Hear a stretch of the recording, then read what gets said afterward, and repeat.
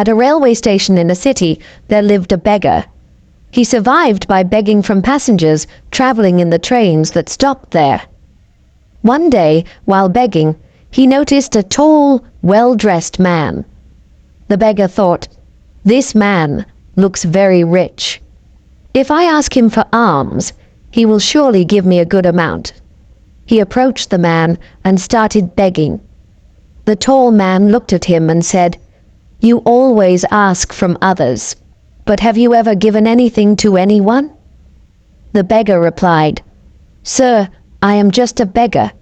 I always ask, because I have nothing to give. How can I give anything to anyone?" The tall man said, "If you can't give, then you have no right to ask. I am a businessman, and I believe in give and take. If you have something to give me, only then will I give you something in return." Saying this, the man boarded the train and left. The beggar sat there, pondering over the man's words. Those words struck a chord in his heart. He thought, "Maybe I don't get much money because I never give anything in return. But I'm just a beggar. What can I possibly give to others?" After much thought, he decided, "From now on, whoever gives me alms, I will give them something in return." But a question troubled him. What can I, a beggar, give in return? For 2 days, he couldn't find an answer. On the third day, as he sat near the station, he noticed some flowers blooming on the plants nearby. An idea struck him. Why don't I give flowers to people in return for their alms? He liked the idea and picked a few flowers. When he begged on the train that day, he gave flowers to everyone who gave him money. People appreciated this gesture and kept the flowers with them happily. From then on, the beggar began plucking flowers every morning and giving them to people who gave him alms. He noticed that more people started giving him money. However, when he ran out of flowers, fewer people gave him alms. One day, while begging on the train, he saw the same tall man who had inspired him. The beggar immediately approached him and said, "Today I have something to give you. Please give me alms, and in return I will give you some flowers." The man smiled, gave him some money, and accepted the flowers. He said, "Wonderful. You've become a businessman like me." The man took the flowers and left. Once again, his words resonated with the beggar.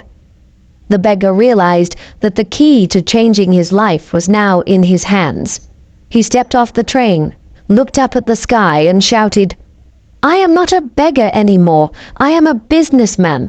I can become rich."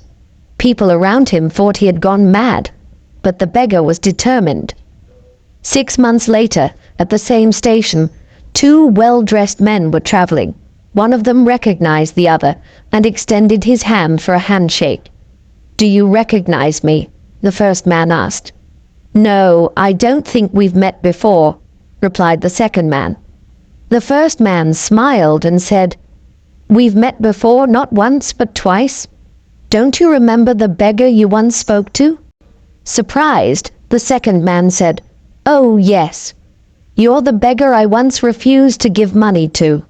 And the second time, I bought flowers from you. But today you're dressed so well. What are you doing now?" The first man replied, "Yes, I was that beggar. But today I am a successful flower merchant. I'm on my way to another city for business." He continued, "You taught me an important rule of life. We only receive when we give. This rule has changed my life. I realized that I wasn't a beggar. I was always a businessman, but didn't see myself that way. People didn't give me alms. They were paying for the flowers I gave them. I used the money I earned to buy more flowers and became a merchant. Today, I run a large flower business, thanks to the rule you taught me." Both men smiled and continued their journey. The story teaches us a profound lesson about the power of self-perception and the universal law of giving and receiving. Often we limit ourselves by believing we are incapable or unworthy of success, just like the poor beggar initially thought of himself as just a beggar. However, true transformation begins with a change in mindset.